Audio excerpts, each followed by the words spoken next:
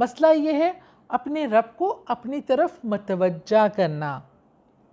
वो आपकी तरफ देखेगा, मतवज्जा होगा तो कहेगा ये मुझे पुकार रहा है मेरा बंदा। इस तकलीफ़ रहें, साथ ज़िंदगी गुजारें। वो ज़िंदगी के साथी होते हैं, हम सफ़र होते हैं, अलग अलग रहने के लिए तो नहीं होता। औज़ु बिल्लाहि मिनश्शैतानिर्रजीम, बिस्मिल्लाहिर्रहमानिर्रहीम। अस्सलाम वालेकुम, मैं हूँ सादिया सुहेल, आपकी दोस्त, आपकी हमदर्द। अच्छा जी, मेरे पास एक प्रॉब्लम बहुत ज़्यादा आता है, ख़ास तौर पर हमारी बहनों की तरफ से। मुझे याद है इंडिया से भी एक मेरी बहन, मैं नाम नहीं लूँगी, मुझे फ़ोन करती हैं, और कुछ बहनें यहाँ से और मुख्तलिफ़ ममालिक से भी मुझे फ़ोन आते हैं कि जिनके हस्बैंड, ज़्यादातर ऐसे हैं कि जिनके हस्बैंड बाहर हैं और वो उनका वीज़ा नहीं लग रहा और उनको वीज़े के मसाइल बहुत हैं। वो वहाँ जाना चाहती हैं, वीज़ों में प्रॉब्लम हो रही है, हर्डल्स हो रहे हैं। वो साल हाँ साल से, एक बहन ने तो बताया कि उनकी बेटी भी अब काफ़ी बड़ी हो गई है और अभी तक वीज़े का नहीं हुआ। मैंने काफ़ी यंग लोगों ने भी मुझे बताया कि जो पढ़ाई के लिए बाहर जाना चाहते हैं या और अपने मकासद के लिए जिसमें ये डिले आ रहा है, ये गैर ज़रूरी या गैर मामूली डिले आता है। तो ख़वातीन ख़ास तौर पर जिनकी शादियाँ हुई हों और उनके शौहर मुल्क से बाहर हों, उनके लिए बहुत मुश्किल होता है अकेले पीछे रहना, बच्चों के साथ ज़िम्मेदारियाँ उठाना। कभी तो पेरेंट्स भी अजीब बिहेव कर रहे होते हैं, कभी इन लॉज़ की तरफ अनकंफर्टेबल होती हैं, क्योंकि वैसे भी शादी इसीलिए की जाती है कि आप मियाँ बीवी साथ रहें, साथ ज़िंदगी गुजारें। वो ज़िंदगी के साथी होते हैं, हम सफ़र होते हैं, अलग अलग रहने के लिए तो नहीं होते। और मैं इस कॉन्सेप्ट के शदीद ख़िलाफ़ हूँ कि शौहर बाहर पैसे कमाए, बीवी सारी ज़िंदगी मियाँ बीवी एक दूसरे से अलग रहें, बच्चों को पाल पोस दें और बुढ़ापे में इकट्ठे हो जाएं जब सवाए बीमारियों के और मसाइल के कुछ रहता नहीं है। अल्लाह मियाँ ने ये रिश्ता ऐसा बनाया है कि इनका साथ रहना और यही ज़िंदगी गुजारना ही बेहतर है।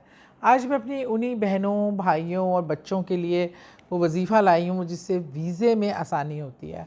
इससे पहले मैंने सूरह नूह का भी बताया था, उससे भी मुझे बहुत लोगों ने बहुत अच्छा फ़ीडबैक आया और ये भी बहुत ही खूबसूरत वजीफ़ा है और इसका तरीक़ेकार भी बहुत आसान है। 21 दिन आपने करना है, 313 बार 21 दिन आपने करना है। टाइम जो आपको सूट करे, जो मुयस्सर हो, आपने, बहुत ही आसान है। It's a matter of few minutes only. बावज़ू होकर दुरूद पाक से इफ्तिताह कर कर कोई भी काम, दुरूद पाक से मैं इसलिए कहती हूँ अव्वल व आखिर कि दुरूद पाक बारगाह इलाही में डायरेक्ट पेश होता है और अल्लाह की शान ये नहीं है कि वो दुरूद पाक तो कबूल कर ले, बीच की दुआ को रद्द कर दे। मेरा अल्लाह बहुत शान वाला और बख्शने वाला है।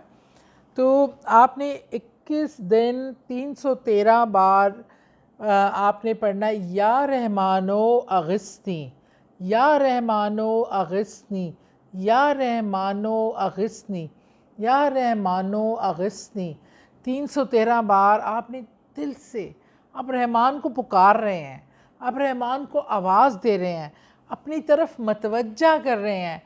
क्या है ये मतवज्जा करना? है वो आपके मसाइल से वाकिफ़ है, वो आपको पता है। एम्बेसी को नहीं, एम्बेसी वालों को नहीं वो ऑर्डर करेगा, या वो वीज़े का नहीं मसला है। मसला ये है अपने रब को अपनी तरफ मतवज्जा करना। वो आपकी तरफ देखेगा, मतवज्जा होगा तो कहेगा ये मुझे पुकार रहा है मेरा बंदा, इस तकलीफ़ से पुकार रहा है, इस मोहब्बत से पुकार रहा है, इस अकीदत से पुकार रहा है। मैं इसकी तरफ देखूँ कि इसका मसला क्या है। देखता तो वो सब की तरफ है, लेकिन जब जितने प्यार से, जितनी मोहब्बत से, जितनी अकीदत से और जितने खुशो खुजू से आप अपने रब को पुकारते हैं, आप अपने रब से जो गुमान रखते हैं, वो आपसे वैसे ही सलूक करता है। इसलिए मैंने आपको कहा 21 दिन 313 बहुत ही खूबसूरत हिस्सा है। आपने अपने रब को पुकारना है। आप वो दिन का कोई भी पहर हो, बावज़ू हो के अव्वल आखिर दुरूद पाक का गुलाफ में लपेट कर, या रहमानो अगिस्नी, या रहमानो अगिस्नी, या रहमानो अगिस्नी। मेरा अल्लाह ना सिर्फ़ आपके मसाइल दूर करेगा, इंशाअल्लाह आपको मलाएगा, आपके रास्ते में जो रुकावट है उसको दूर करेगा। बहुत शुक्रिया।